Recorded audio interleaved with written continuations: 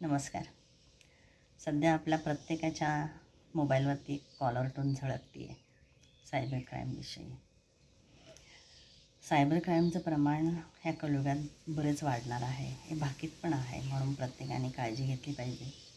विशेषतः ह्या बऱ्याच लोकांना नोकऱ्या नाहीत, त्यावेळेस हे असे वेगळे प्रयोग ते वापरतात तर पैशासाठी. म्हणून आपली सावधगिरी आपल्याला फायदेशीर ठरते. हे लोक काय करतात, आपला मोबाईल हॅक करतात आहे, आपल्या घरच्यांचे मोबाईल हॅक करून ठेवतात आहे. आणि घरातले लोक कधी येतात, घरी येतात, कधी जातात, कधी कोणत्या वेळेला घरामध्ये कोणीच नसतं, ह्या सगळ्याचा अभ्यास ते करतात आहे. आणि आपण काय करतो, आपण आपल्याच नादात असतो. आपल्या संसाराची जबाबदारी असते, ती पार पाडत असताना नोकरी, घर, ह्या गोंधळामध्ये आपण काही गोष्टी कधी बोलाव्यात, कधी नाही बोलावेत याचं भान ठेवत नाही आहे. मग अशा प्रसंगी एक गोष्ट लक्षात ठेवली पाहिजे, जे पैशाचे व्यवहार आहेत, बँकेचे व्यवहार आहेत, ते कधीही मोबाईलवरती बोलू नये. आणि घरात सांगून जावं. एक दिवस लेट होईल, पण ते घरातच एकमेकांशी बोलण्यात आलं पाहिजे.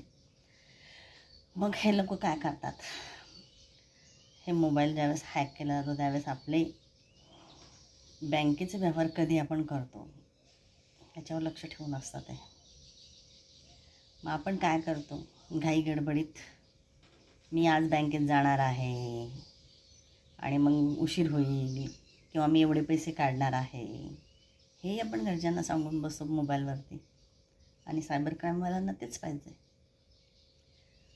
त्यांना पैसाच हवा आहे ना. मग आपल्या त्या मागावरती त्यांचे लोक पाठवतात आहे. आपण पैसे घेऊन बाहेर पडलो की जर सावधगिरी आपण बाळगलेली असेल तर पैसे चोरी जात नाही, सावधगिरी नसेल तर पैसे चोरले जातात. बरं, घरी आणले पैसे तर कुठे ठेवतो आपण? कपाटात. तेही आपण सांगतो, अहो ते कपाटात ठेवलेले पैसे तुम्ही घेऊन जा, आणि किती आहेत ते सुद्धा सांगतो.